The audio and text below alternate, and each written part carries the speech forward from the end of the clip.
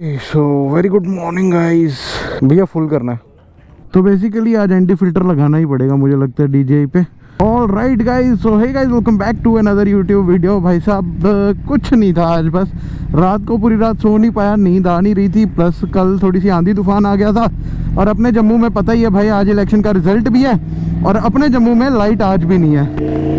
जो पसीना कितना आ जाता है यार, 2 मिनट भी कहीं पर रुक जाओ पसीने से लथपथ हो जाते हो भाई। लथपथ ये कौन सा शब्द है? चलो जी, तो अभी थोड़ी हवा लगेगी चलते चलते। And as you know I am wearing a riding jacket right now. तो भाई साहब बहुत बुरी हालत है। टेम्परेचर जो दोपहर के टाइम पे वो 45 डिग्री तक पहुंच गया होता है, हमें क्या।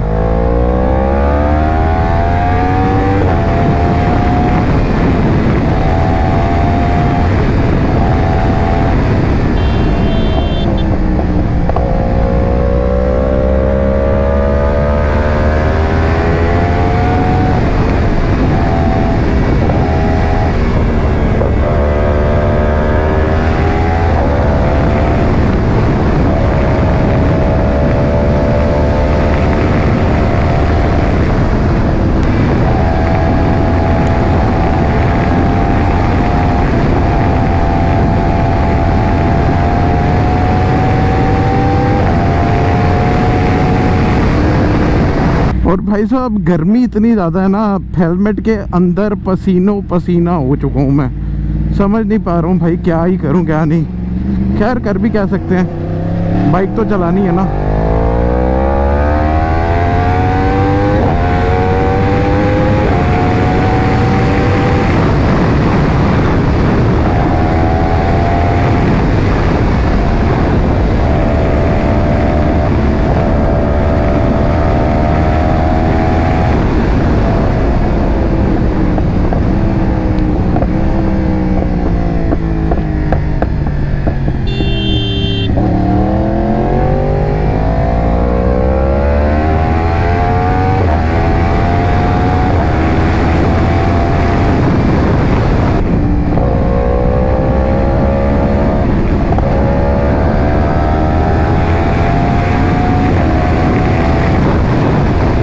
अब अपनी बाइक का ऑटो ब्रिपर भी चल रहा है ना जब से, तब से इंजन ब्रेकिंग और ज़्यादा बढ़िया हो गई है।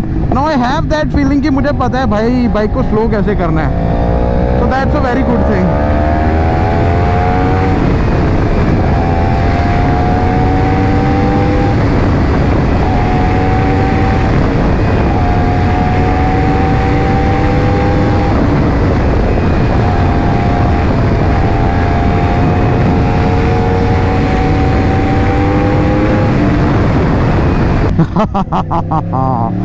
वो डीमनिक हंसी तो आती है भाई when you are riding a motherfucking R1।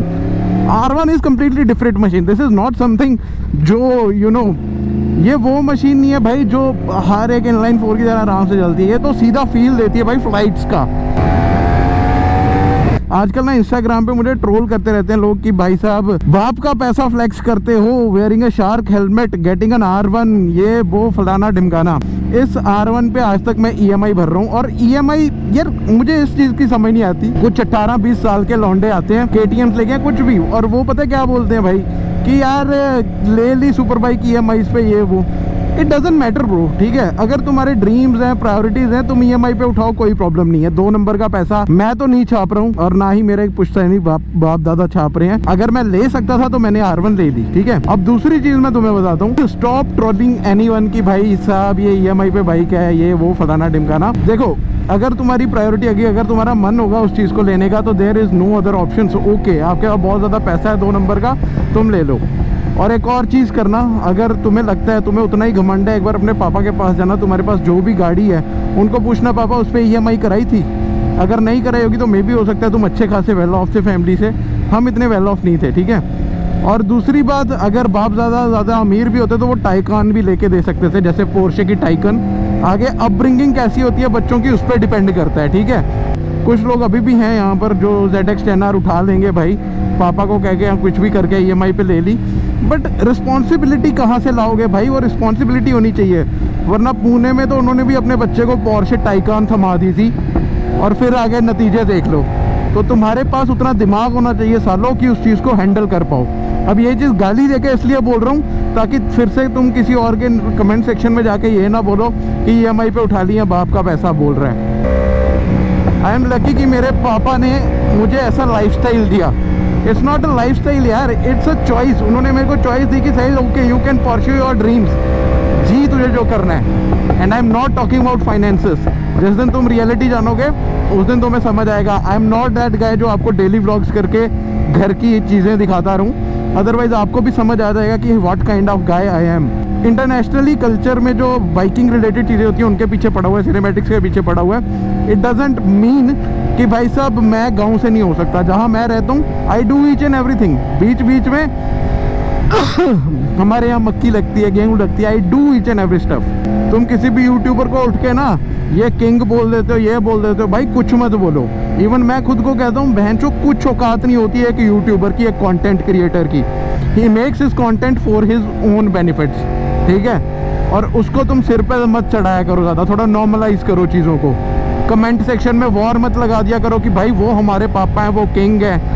ठीक है भाई, मान लिया तुम्हारे किंग होंगे, तुम्हारा एक अलग साम्राज्य, छपरी साम्राज्य वहाँ पर होंगे, यहाँ नहीं है। जिस दिन मेरा कोई फॉलोअर या कोई भी नोन किसी के कमेंट सेक्शन में मेरे बारे में बढ़ा चढ़ा के कुछ लिखता हुआ नज़र आ गया, guys please don't do that. I am not that much good, ठीक है। सब में कमियां होती हैं, सारे ऊपर नीचे होते हैं, ज़्यादा कुछ नहीं होता यार। थोड़े पाँव ज़मीन पे रख के चलना चाहिए हर किसी को। मैं खुद की बात करता हूँ भाई, मैं किसी और की बात ही नहीं कर रहा इस चीज़ में।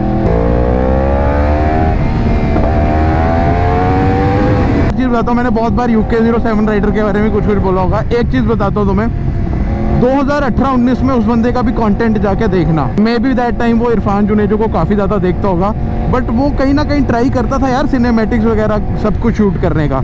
अब तो मैं क्लियर कहूँगा कि भाई क्रिएटर्स की तो गलती ही नहीं रही, लोगों को जो देखना होता है वही देखना होता है। अब हमारे यहाँ के कल्चर को ही देख लो, जम्मू का जो मोटो व्लॉगिंग कल्चर है, क्रिएटर्स ने खुद उनको लड़की वड़की पता नहीं क्या क्या किस किस चीज़ में डाला था।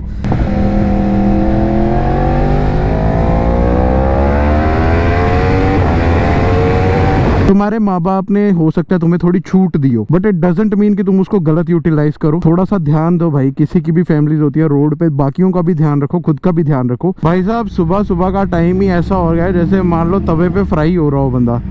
गर्मी बहुत ज़्यादा है भाई, बहुत ज़्यादा गर्मी है।